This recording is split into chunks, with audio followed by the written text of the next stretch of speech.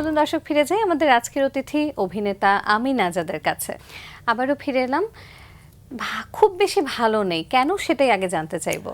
এটা বললাম কেন যে আসলে আমরা তো মানুষ যখনই যে কাউকে জিজ্ঞেস করবে কেমন আছেন আমরা বলে ফেলি যে ভালো আছে, এটা বলতে হয়। এখন কেন নেই সেটার মনে করেন জবাব দিতে গেলে অনেক ব্যাখ্যা হয়ে যায়, এই জন্যই আমরা সংক্ষেপে ভালো আছি বলি। ভালো আছি। এখন না, আমি যে কারণে বললাম সেটা হলো যে এই ঋতু পরিবর্তনের কারণে আমার একটু ঠান্ডা লাগছে এবং কাশি হয়েছে, তো সেই কারণে বললাম যে মানে বেশি ভালো নেই, একটু ভালো আছি এই আর কি। এই ঠান্ডা জ্বর সর্দি এটা আসলে সবারই হচ্ছে, সেটা কাটিয়ে উঠুন। এবারে শুনি বর্তমান ব্যস্ততা সম্পর্কে। বেশ কিছু ধারাবাহিক নাটক চলছে, সেই সাথে ইউটিউব প্ল্যাটফর্মের বেশ কিছু কাজ নিয়েও আপনার ব্যস্ততা রয়েছে, একটু শুনি। অনেকগুলো ধারাবাহিকের কাজ করছি, আর বর্তমানে 1 ঘন্টার ইউটিউব চ্যানেলের যে কাজগুলো হয় সেগুলো নিয়েই ব্যস্ততা আছে আর কি। কোন কোন ধারাবাহিকগুলোতে কাজ করা হচ্ছে, চরিত্রগুলো সম্পর্কে যদি একটু শুনি। নাটকের কথাই বলি, যেহেতু আমি মূলত নাটকেরই মানুষ। চলচ্চিত্রে একটু মানে সুযোগ হয়েছিল কিছু কিছু কাজ করার। তো এখন আমি সালাউদ্দিন লাবলুর একটি সিরিয়ালে কাজ করছি, ধারাবাহিকটির নাম হলো ফুলগাঁও। তারপরে অরণ্য আনোয়ারের একটি সিরিয়ালে কাজ করছি, ধারাবাহিকটির নাম হলো আপনার নোয়াখালী এক্সপ্রেস। আর আরেকটি উল্লেখযোগ্য কাজ হলো হিমু আকরামের ঘুরিতেছে পাংখা। আচ্ছা আচ্ছা। তারপরে সঞ্জিত সরকারের ম্যারেজ মাস্টার। এই তো এগুলো নিয়ে একটু ব্যস্ততা আছে। আর মনে করেন এখন তো অনেকগুলো ইউটিউব চ্যানেল চালু হয়েছে, অনলাইনে এখন আমাদের সব কিছু দেখার সুযোগ হয়। টেলিভিশনের চাইতে তো এখন অনলাইন মিডিয়া হয়ে গেছে, তো সেই কারণে এই ইউটিউব চ্যানেলের কাজ করছি আলহামদুলিল্লাহ। সেই যদি বলি ইতিকথা, বাংলাদেশ টেলিভিশনে প্রচারিত একেবারে 90-এর দশকের জামাল কামাল কামাল চরিত্রটি আপনি করেছিলেন, এবং তারপর থেকে এই যে পথ চলা সেটি আর কখনো আসলে থামেনি। তো সেই সময়টায় যখন ফিরে যাই, আপনার কি মনে পড়ে যে তখন আসলে ভেবেছিলেন অভিনয় নিয়ে আসলে কতটুকু এগোবেন, অভিনেতাই হতে চান কিনা? না, এইটা ইচ্ছে ছিল। আমি তো আসলে এই টেলিভিশন মিডিয়ায় আসার আগে থেকে আমি থিয়েটারের সাথে জড়িত। আরণ্যক নাট্যদল বাংলাদেশের অন্যতম একটি প্রধান সারির নাট্যদল, মামুনুর রশিদ আমাদের 2 যুগেরও বেশি সময় ধরে আপনি সেই দলের সাথে রয়েছেন। জি জি জি।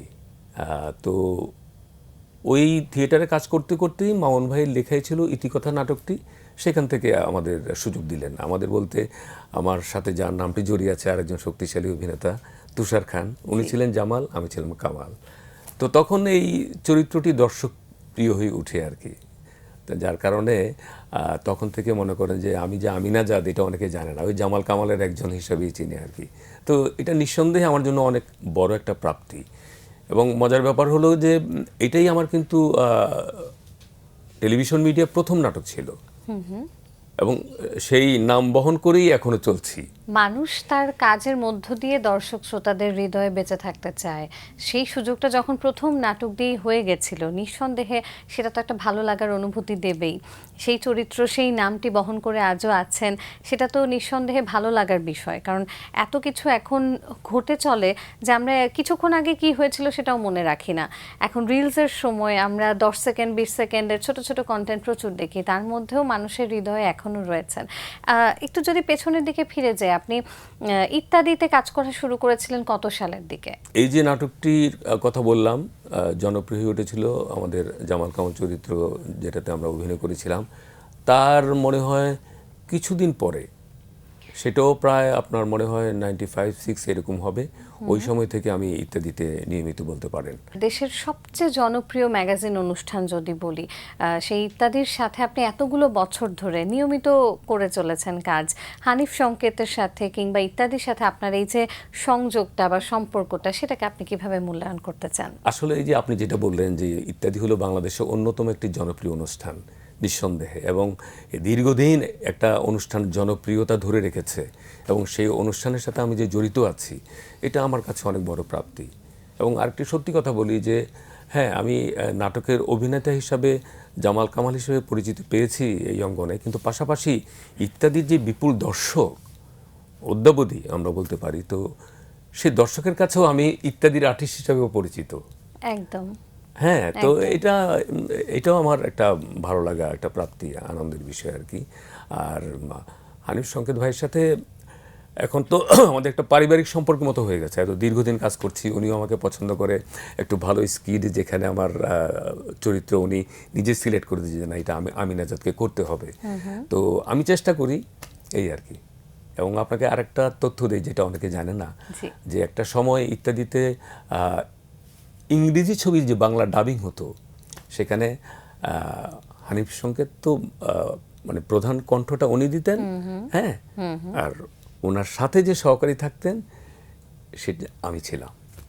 অন্যরাও থাকতো কিন্তু তার মধ্যে অন্যতম আমি একজন ছিলাম, এবং এটা আমাকে খুব আনন্দ দিত, কারণ ওটা কোনো স্ক্রিপ্ট থাকতো না, আমরা ওই যে স্ক্রিনে দেখে দেখে এটা কিভাবে বাংলায় লিপসিং করা যায় সেটা হানিফে বলে দিত, আমরা মানে ইম্প্রোভাইজ করে করে ওটা বলতাম, পরে একটা ফাইনালি একটা ইন্টারেস্টিং হিসাবে যেত সেটা। এত চমৎকার সব অভিজ্ঞতা, আপনাকে আমরা হাস্যরসাত্মক চরিত্রে কিন্তু অনেক পেয়েছি।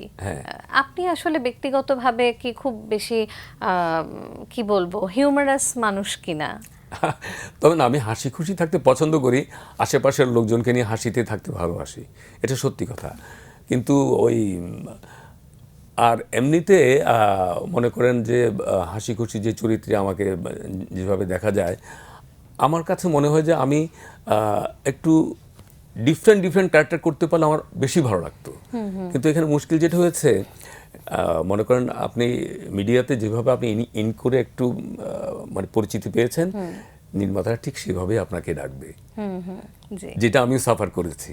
তবে ইদানিং আমি একটু ডিফারেন্ট কাজ করার সুযোগ পাচ্ছি, এবং আমি সেটা এনজয় করছি, চেষ্টা করি আর কি। আপনার কাছে যদি জানতে চাই আপনার পছন্দের দু একটা চরিত্র সম্পর্কে আপনার করা। প্রথমত ওইটার কথা না মানে উল্লেখ না করলেই হয়, জামাল কামাল অত্যন্ত চমৎকার চরিত্র তৈরি করেছিলেন আমাদের ওস্তাদ মামুনুর রশিদ। এর পরবর্তীতে গিয়াসউদ্দিন সেলিমের একটি টেলিফিল্ম ছিল পাপ পুণ্য, সেখানে আমি একটা ডিফারেন্ট ক্যারেক্টার করেছি। সেটা মানে একটা খুব ছোট্ট চরিত্র, কিন্তু গল্পটা খুবই চমৎকার ছিল। সেখানে আমার মানে আমাকে সাধারণত দর্শকরা ঠিক যেভাবে দেখে ঠিক সেই রকমভাবে না, আমার উপস্থাপনটা অন্যভাবে করেছিল, এটা ভিন্নধর্মী একটা ক্যারেক্টারে। তো এটার কথা মনে আছে। আর সালাউদ্দিন লাবলু ভাইয়ের অনেকগুলো 1 ঘন্টার নাটক আমি করেছি, সেখানে কোনো ফানি ক্যারেক্টার আমি করিনি, একদম নেগেটিভ রোলও আমি করেছি। তারপরে মানে মজার চরিত্র না, একটু ভিন্নধর্মী চরিত্র অভিনয় করার সুযোগ হয়েছিল। 3 দশকের কাছাকাছি সময় হয়ে গেছে আপনাকে আমরা পাচ্ছি।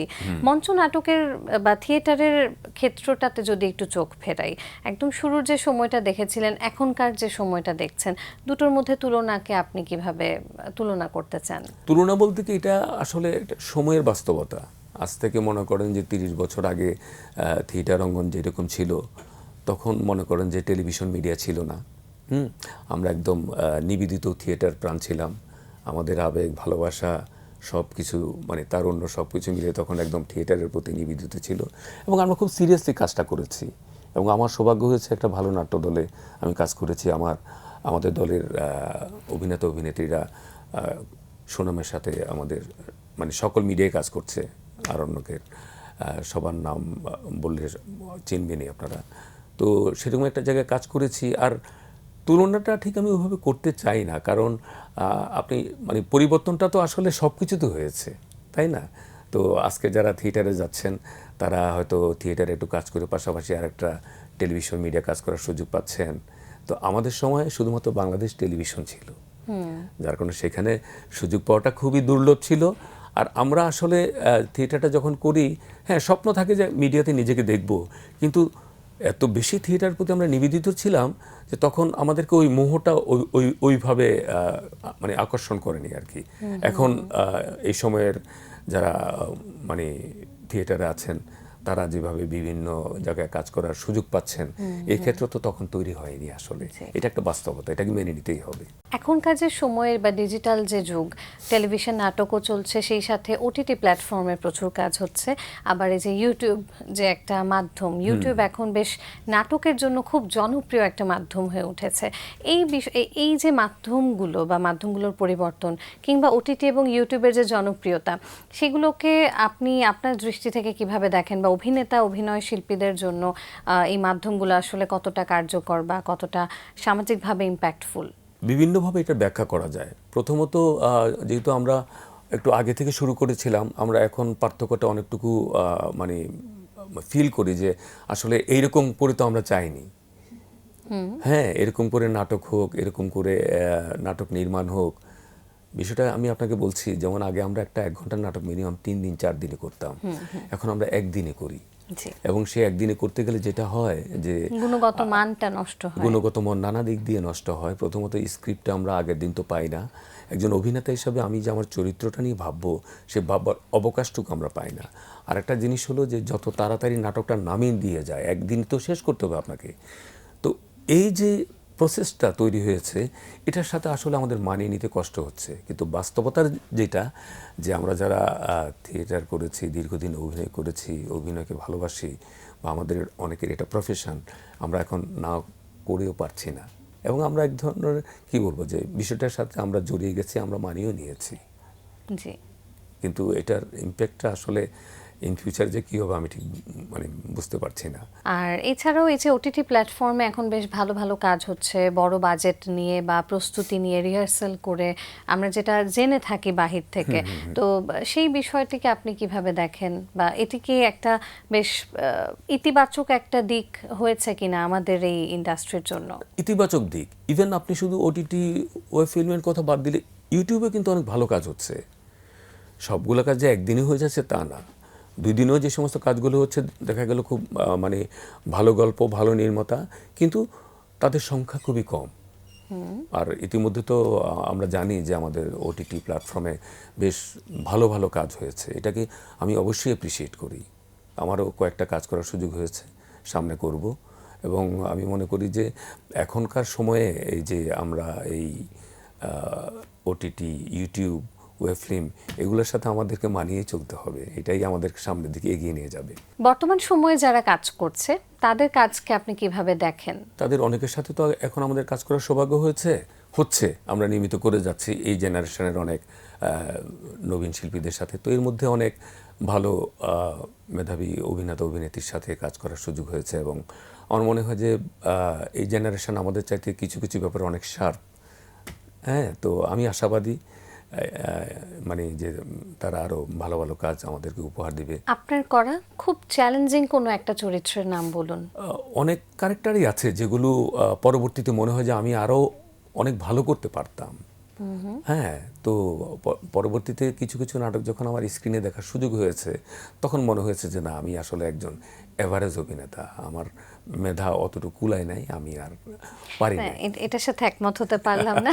তবে এই যে বিভিন্ন ধরনের চরিত্র, বিভিন্ন ধরনের গল্পের মধ্য দিয়ে আমরা আমিন আজাদকে যেভাবে দেখি, এভাবেই আরো অনেক দিন দেখতে চাই। একেবারেই অনুষ্ঠানের শেষ পর্যায়ে আজ চলে এসেছি, দর্শকদের উদ্দেশ্যে কি বলতে চান? দর্শকদের উদ্দেশ্যে শুধু এটুকুই বলা যে আপনারা বাংলা নাটকের সাথে আছেন, বাংলা নাটক দেখবেন। আপনাদের আমরাও চেষ্টা করব যে ভালো ভালো নাটক উপহার দিতে। আপনারা নাটক দেখলে আমরা খুশি, কারণ আমরা যা কিছু করছি, এত কিছু পরিশ্রম কাদের জন্য? দর্শকদের জন্য, সে তো আপনারাই। ধন্যবাদ বাংলা ভিশনকে, আর ধন্যবাদ আপনাকে আমাকে এই অনুষ্ঠানে আমন্ত্রণ জানার জন্য। প্রিয় দর্শক, এতক্ষণ কথা হচ্ছিল আমাদের অতিথির সঙ্গে। এবার সময় হলো বিদায় নেবার। আমাদের এই অনুষ্ঠান সম্পর্কে আপনার যে কোনো মতামত কিংবা পরামর্শ আমাদের জানাতে পারেন এই ঠিকানায়। প্রযোজক Din Protidin, Bangla vision, Noor tower, 110 Birottom CR Dutta road, Dhaka 1205।